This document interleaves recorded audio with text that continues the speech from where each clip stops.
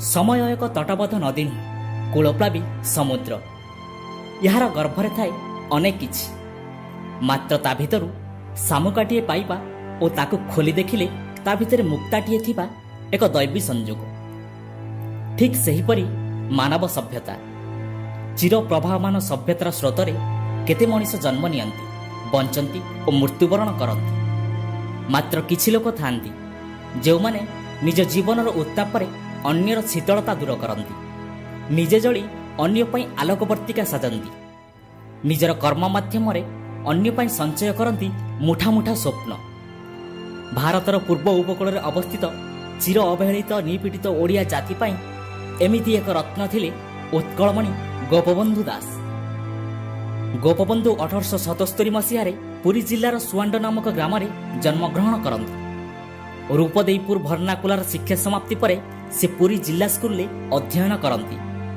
परवर्ती समय से रेभेन्सा महाविद्यालय स्नातक और आईन अध्ययन समापन करती।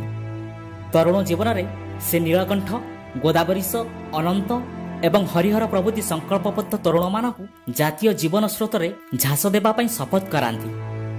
आमे पाठ पढ़ी सरकारी चाकरी करवा नहीं, देश पाई किछि काम करिबा।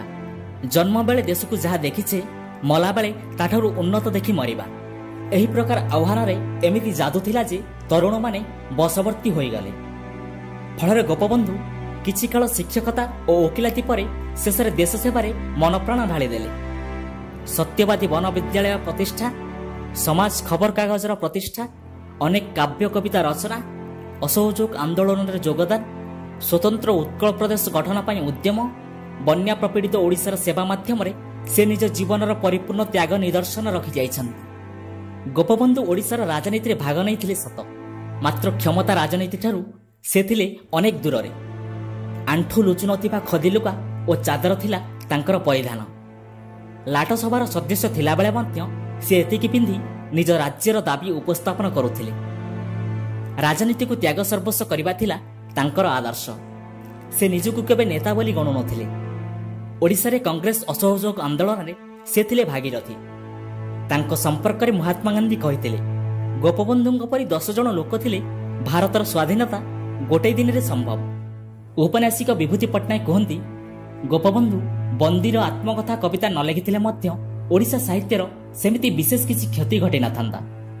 मात्र से यदि समाज नामक कागजटी थरे बाहर करि न थांते, तेबे समग्र ओडिशार एक सांबादिक सुलभ भाषा जहाँ आज अछि ता मिली पारे न थांता।